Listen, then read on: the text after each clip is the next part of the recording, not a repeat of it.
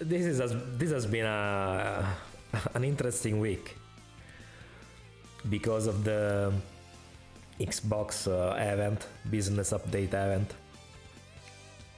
It has been interesting because we have got to see some of the reactions from the fanboys, and also pretty much the event was what I expected it to be. And no, I didn't watch it because honestly I have no time to waste watching cringe corporate wank fests like that one. I just browsed some boards to see what were the reactions, what were the statements, what the statements were from the executives, and that's pretty much what I expected.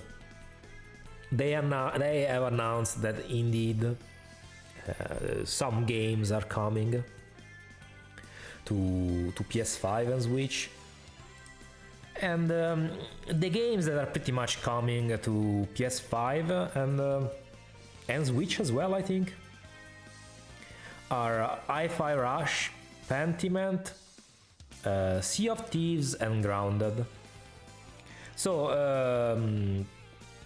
at least a couple of those were rumored in the first batch of rumors, if you remember correctly, back in January, where I also made my first video on the matter.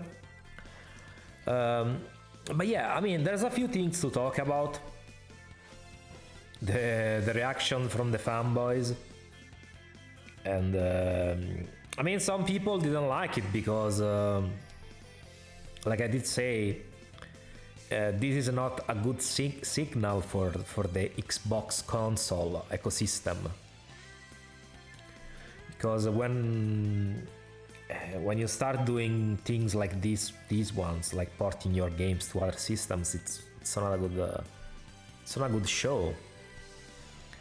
Also because Sony and Nintendo don't need to do this, so why does Microsoft? Well, I did tell you last time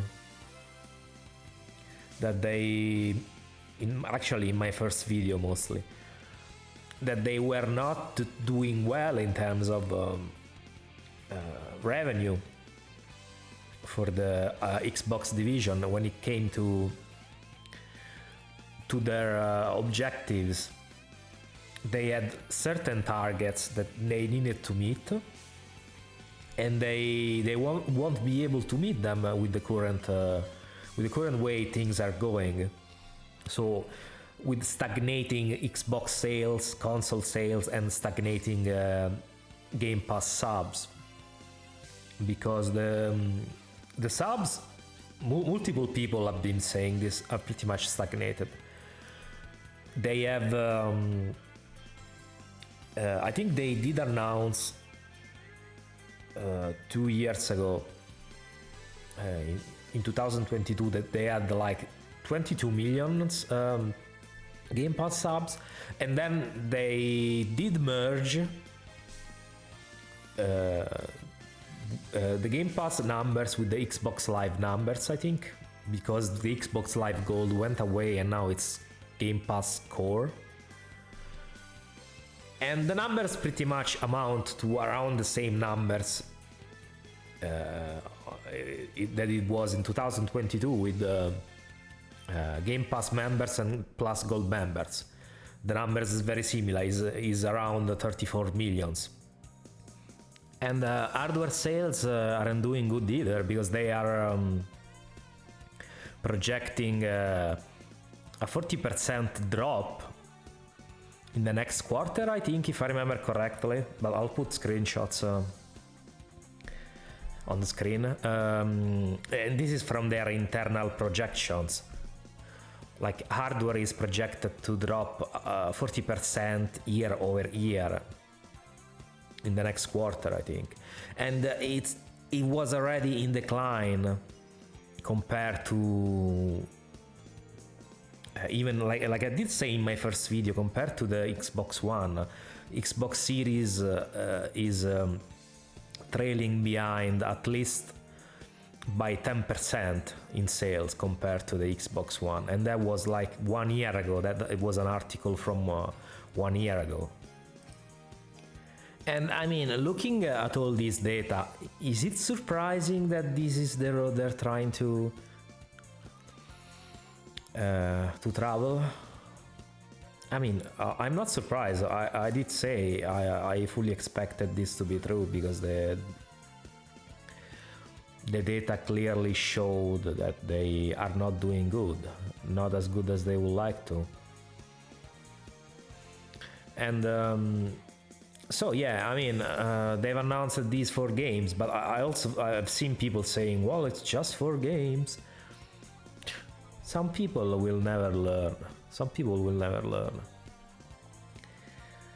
Did you remember what Phil Spencer said almost 10 years ago at this point? That not all Xbox games were going to come to PC. Yeah, and what's the situation now? That you get Xbox games on PC day and date, pretty much. So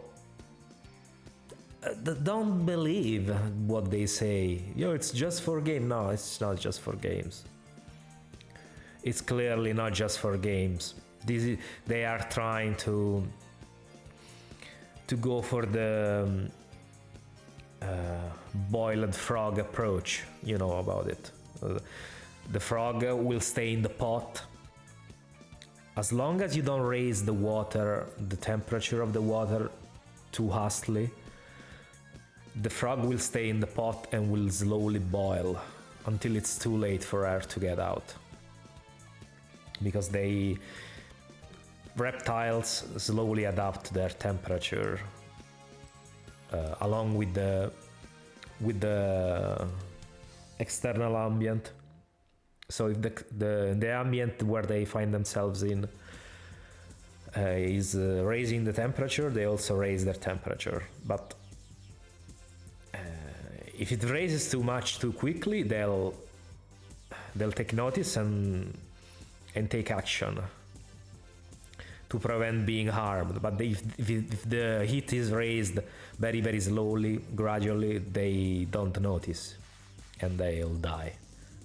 That's pretty much what it means, the boiled frog approach. And yeah, they're starting slow, like they did with PC ports. They started slow. Also because they have seen the reactions from people, from the hardcore fanboys. There have been quite a few people who have already traded in their console. So they don't want to, to damage the brand more than it has already been damaged. That's why they're just stopping to these 4 games for now. I mean, think about it.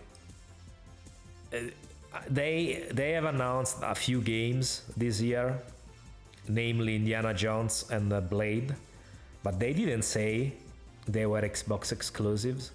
Why? Because there's the high chance that those games will also come out on PS5, and that's why. That's fucking why. Otherwise they would have told you already, but they didn't. And yeah, I know. Disney talked about the exclusivity of Indiana Jones in December, I think, and they confirmed only about Indiana Jones. I think it is an Xbox exclusive, but if you actually read what they said, it said that it made sense at the time. Yeah, at the time, meaning like 1 year ago. But now, with all the developments that there have been in the Xbox divisions, like the targets they haven't met and all that stuff, yeah, they are rethinking those plans. And when it comes to Blade, I'm not sure they still have confirmed the exclusivity, but those two, Indiana Jones and Blade, were 2 of the games also rumored to be ported in the last month. So the rumors are subsequent to the confirmation of the exclusive, at least when it comes to Indiana Jones. Because plans change. Plans 1 year ago, yeah, they were slated to be exclusive, but now things have changed.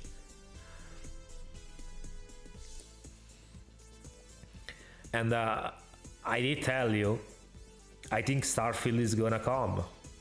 It's gonna come because Starfield has underperformed, and so they'll want to recoup the costs. The cost of their acquisitions. I mean, they've spent quite a lot of money on acquisitions, but on Bethesda alone it was 7.5 billion, I think. So yeah, I am absolutely sure that Starfield will come. And I mean, Spencer, what did Spencer say? That I just can't exclude that these games will also come to PS5. So that's pretty much a confirmation, because he hasn't even denied it. That's pretty much him saying, yes, they are coming, but he can't explicitly say that. I mean, I don't know what else. What more do you need to know how things are gonna go in a few years? Xbox consoles are becoming pretty much pointless at this point. And yeah, they announced a new console gonna come out, but honestly, like I've said in my last video about the matter, what's the point of buying an Xbox if you're also gonna get Xbox games on PS5? Xbox is gonna become the worst offer in the market because it offers nothing unique, unlike PS5 and Switch. So I don't know. This to me seems a very stupid approach, but hey, I'm not in charge of Xbox, so I don't know what to tell you. It's not worth investing in the Xbox ecosystem anymore. Like I said, either go PC or go PlayStation. Like Xbox is a lost battle, pretty much. But I mean, more power to you if you don't care about this. It's fine if you don't care. But I just think it's a bad proposition, because you're paying the same and you're getting less games. Because PS5 games are not gonna come out on Xbox. So, and it's funny because also Spencer was trying to say that exclusives are bad, and that Helldivers should come out on Xbox too, because why is it not on Xbox? Well, yeah, he says, yeah, I get it, but it should be on Xbox. Yeah, good luck. Says the guy who cancelled the PS5 version of Starfield. This guy is a fucking hypocrite, honestly. Like, he's a fucking clown.